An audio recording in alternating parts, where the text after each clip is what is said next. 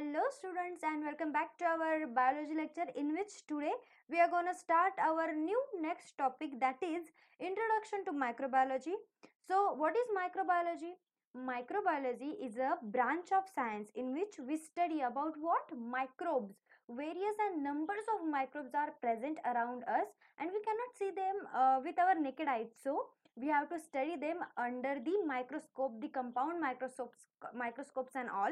So the study of these all microorganisms is nothing but the microbiology.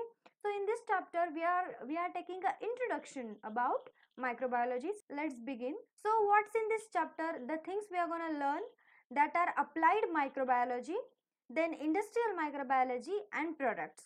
So now what is applied microbiology? मायक्रोबायोलॉजीचा जे पण आपण काही शिकणार आहोत ते आपण कुठं अप्लाय करतोय, कसं अप्लाय करतोय, सो त्याचं ऍप्लिकेशन आपण ह्यात बघणार आहोत, दॅट इज अप्लाइड मायक्रोबायोलॉजी. आणि त्या अप्लाइड मायक्रोबायोलॉजी पासून आपल्याला काय भेटणार आहेत, तर प्रोडक्ट्स भेटणार आहेत. तर ते प्रोडक्ट्स कोणते कोणते आहेत, ते कसे भेटले, कोणते मायक्रोब्स यूज करून आपल्याला ते प्रोडक्ट्स भेटले, आपण हे बघणार आहोत. Then industrial microbiology. In industrial microbiology, we are going to learn about the microbes which are used in various types of industries to make various products. So what are those products and on which scale the microbes are used in various and numbers of industries. So let's begin. Our first point is applied microbiology.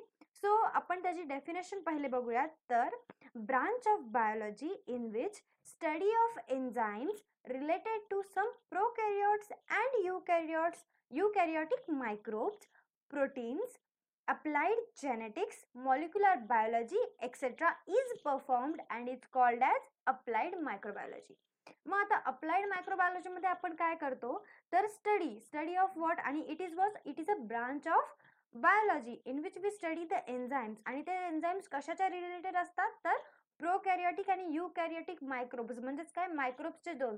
आपण जे kingdom ॲनिमेलियामध्ये जे classification बघितलं की ancient classification कशावरून होत होतं, तर type of a cell, that is prokaryotic cell आणि युकॅरियोटिक सेल. मग ह्या दोन्ही टाईपचे मायक्रोब्स आता पण प्रेझेंट आहेतच. त्यानंतर प्रोटीन्सच्या रिलेटेड. मग अप्लाइड जेनेटिक्स म्हणजे काय, तर जेनेटिक इंजिनिअरिंग करून DNA मध्ये म्युटेशन्स वगैरे घडून पण आपण काही एन्झाइम्स, काही नवीन ऑर्गॅनिझम्स तयार करू शकतो, काही त्याच्या प्रॉपर्टीज चेंज करू शकतो. तर ते कसं करणार आहोत.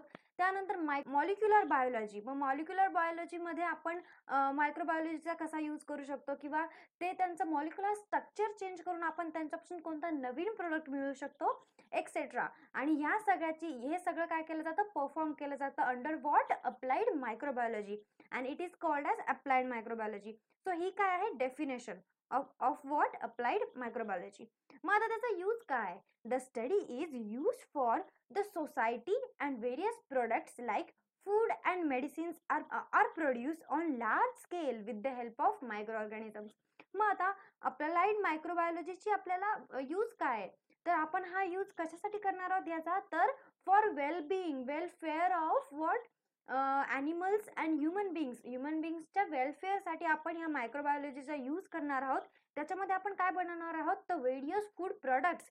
मग various food products like milk, yoghurt, cheese, हे सगळे प्रोडक्ट्स आपण याच्या थ्रू बनवू शकतो. किंवा मेडिसिन्स. मग मेडिसिन्समध्ये आपण बेस्ट एक्झाम्पल कशाचं घेऊ शकतो, तर insulin is nowadays prepared from some microorganisms. मग त्या मायक्रोऑर्गॅनिझम्स पासून आपण इन्सुलिन तयार करतो आणि ते इन्सुलिन आपण कोणाला देतो, तर जे डायबिटिक पेशंट्स आहेत सोसायटीमध्ये आपल्या, जे ह्युमन बिंग्स आहेत ज्यांना डायबिटीज मेलाइटस, डायबिटीज इन्सिपिडस अशासारखे डिसीज झालेले आहेत, त्यांना आपण काय करतो, इन्सुलिनचं बाहेरून सप्लाय देतो. सो हे इन्सुलिन आपण कुठून बनवणार आहोत, तर मायक्रोब्स पासून बनवणार आहोत.